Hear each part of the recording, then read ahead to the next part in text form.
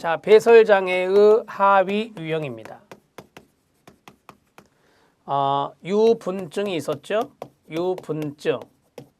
그 다음에 유뇨증이 있습니다.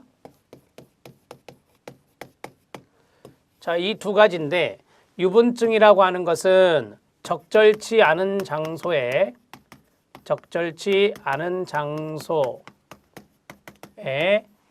대변을 보는 겁니다. 자, 그 다음에 유뇨증은 침구나 옷에 반복적으로 소변을 본다라고 했잖아요. 침구나 옷에 반복적으로 소변을 보는 겁니다. 이것도 물론 반복성이 있습니다. 이것도 반복성이 있는 거고요. 그 기간을 조금 말씀드리면 이 두 가지 다 3개월 동안이었습니다. 3개월 동안 매달 1회 이상입니다. 자, 그 다음에 이것은 3개월 동안, 이건 주였죠? 주 2회 이상이었습니다. 이렇게 정리하고요. 유분증은 생활연령, 거기 나온 대로 소아의 생활연령이 최소한 4세이다 라고 했습니다. 여기는 5세이다 이렇게 정리했죠. 생활연령과 연관성 있는 것이었습니다. 자, 유분증, 유뇨증에서 유뇨증은 뒤에 실력 따지기에 정리되어 있는 것을 좀 보셔야 됩니다. 자, 기능적 유뇨증. 기능적 유뇨증. 이것은 오른쪽에 있는 단어 성인기까지 발전하는 것은 아닙니다. 성인기까지 발전하는 것은 아니다. 자, 이 기능적 유뇨증이라고 하는 것이 성인기까지 발전하는 것은 아니다. 이 대목이 시험에 이제 출제가 된 대목이니까 잘 알아놓으시고요. 우리가 이제 여기 위에 있는 내용들에서 유뇨증의 정리를 했잖아요. 기능적인 유뇨증이라고 하는 것은 신체적인 장애가 없어요. 신체적 장애가 없다는 것을 여러분들이 먼저 알아놓으셔야 돼요. 신체적 장애가 없는 상태에서 이 배변 훈련을 했어요. 그래서 이 배변 훈련을 할 나이가 지나서도 계속해서 옷이나 침구에 오줌을 싸는 행위, 여기 나왔었잖아요. 옷이나 침구에 반복적으로 소변을 보는 경우, 자, 신체적인 장애가 없는 경우에 우리가 이제 기능적인 유뇨증이다 이렇게 정리하고 있고요. 자, 이 유뇨증은 낮 동안 하는 것이 있고 밤에 하는 것이 있어요. 그래서 야뇨증이라고도 하고 그 다음에 낮에 하는 것을 주뇨증이라 하고 밤과 낮에 다 되는 것을 우리가 복합적, 거기 보면 복합성 유뇨증이라고 하죠. 복합성 유뇨증이다 이렇게 정리할 수 있습니다. 자, 이 야뇨증하고 주뇨증은 성 차이가 달라요.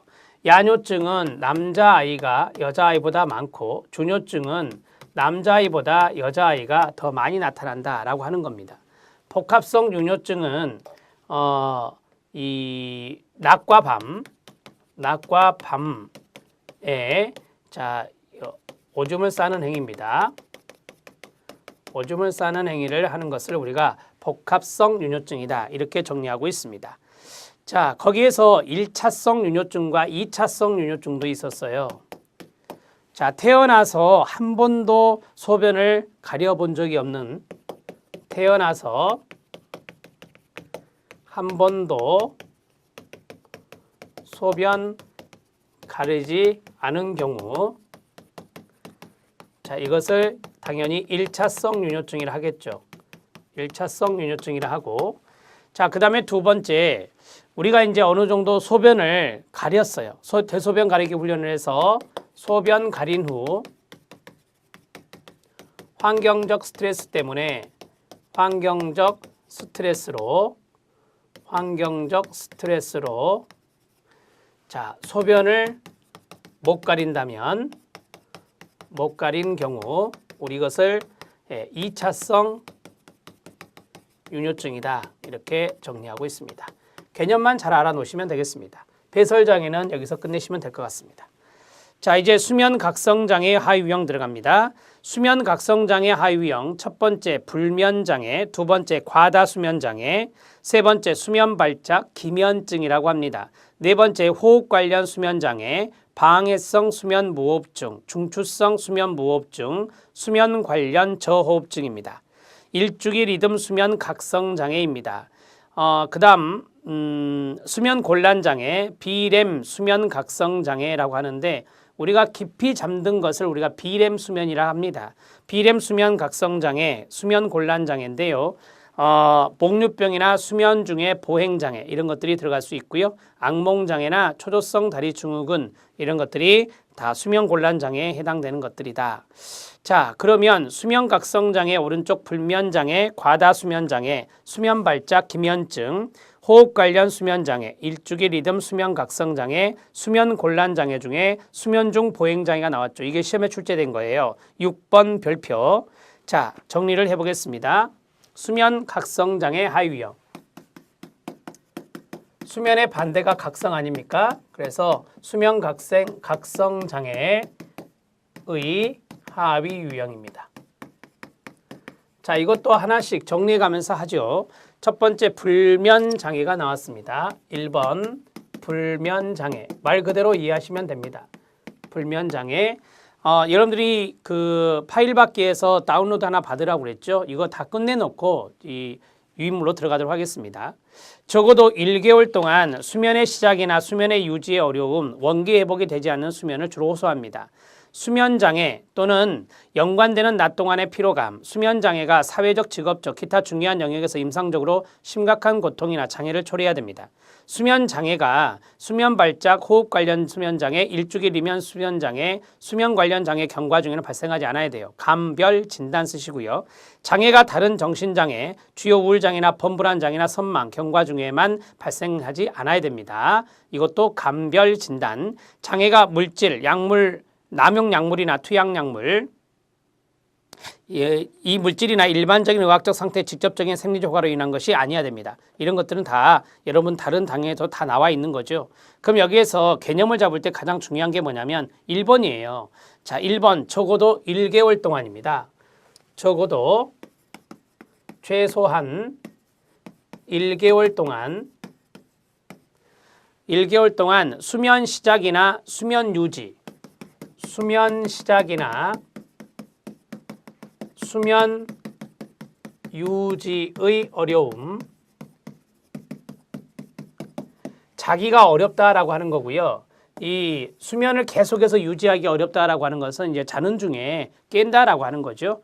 원기 회복이 되지 않는 수면, 원기 회복이 되지 않는 수면, 이러한 것들이 우리가 이제 불면장애다 이렇게 이야기합니다. 불면증이라는 거 들어보셨죠? 네, 그것과 연관성이 있습니다. 불면증과 관련성이 있겠다. 두 번째 과다 수면장애입니다. 적어도 1개월 동안 지속되는 과다한 졸음의 따옴표, 이게 주된 호소입니다. 연장된 수면 사파, 거의 매일 일어나는 주간의 수면 사파, 주간이면 낮 동안 계속 잔다는 거죠. 과다한 졸음이 사회적, 직업적, 기타 중요한 기능 영역에 있어서 임상적으로 심각한 고통이나 장애를 초래해야 됩니다. 과다한 졸음이 불면증에 의해서 설명되지 않아야 됩니다. 감별 진단 쓰시고요. 다른 수면장애, 수면 발작이나 호흡 관련 수면장애나 일주기 리듬 수면장애나 수면 관련 장애의 경과 중에만 발생하지 않으며 불충분한 수면의 양으로도 설명되지 않아야 됩니다.